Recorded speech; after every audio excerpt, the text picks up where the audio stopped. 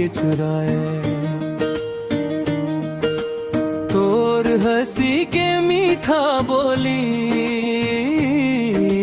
दिल में मोर फूल खिलाए।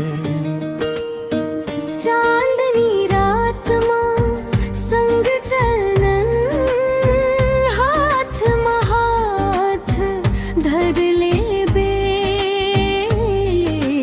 तोर बिना ये जिंदगी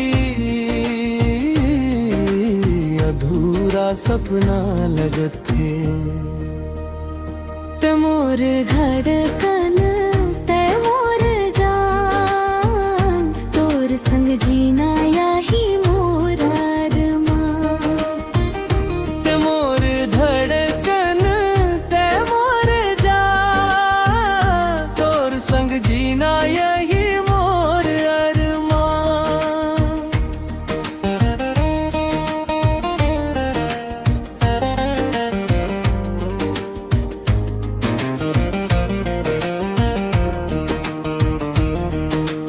बरसत पानी जैसन प्यार धीरे धीरे बढ़त जवाए। तोर संग हर एक पल सपना बन के मुस्कावे। तोर नाव लेके हर सुबह मोर दिल गाना गावे। ते रहिबे संग मोरे ए दुआ हर रोज करावे। गोरी तोर चुनरी के रंग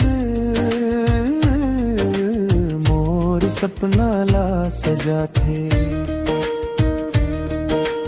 तोर संग बिताए हर लम्हा दिल ला खूब भाथे। माया के डोरी हमरी हमर जन्म जन्म तक रही दे। दुनिया चाहे बदल जावे प्यार कभू नहीं बही बे। तोर बात में जादू ऐसन रात ला दिन भाथे। तोर संग हंसत गावत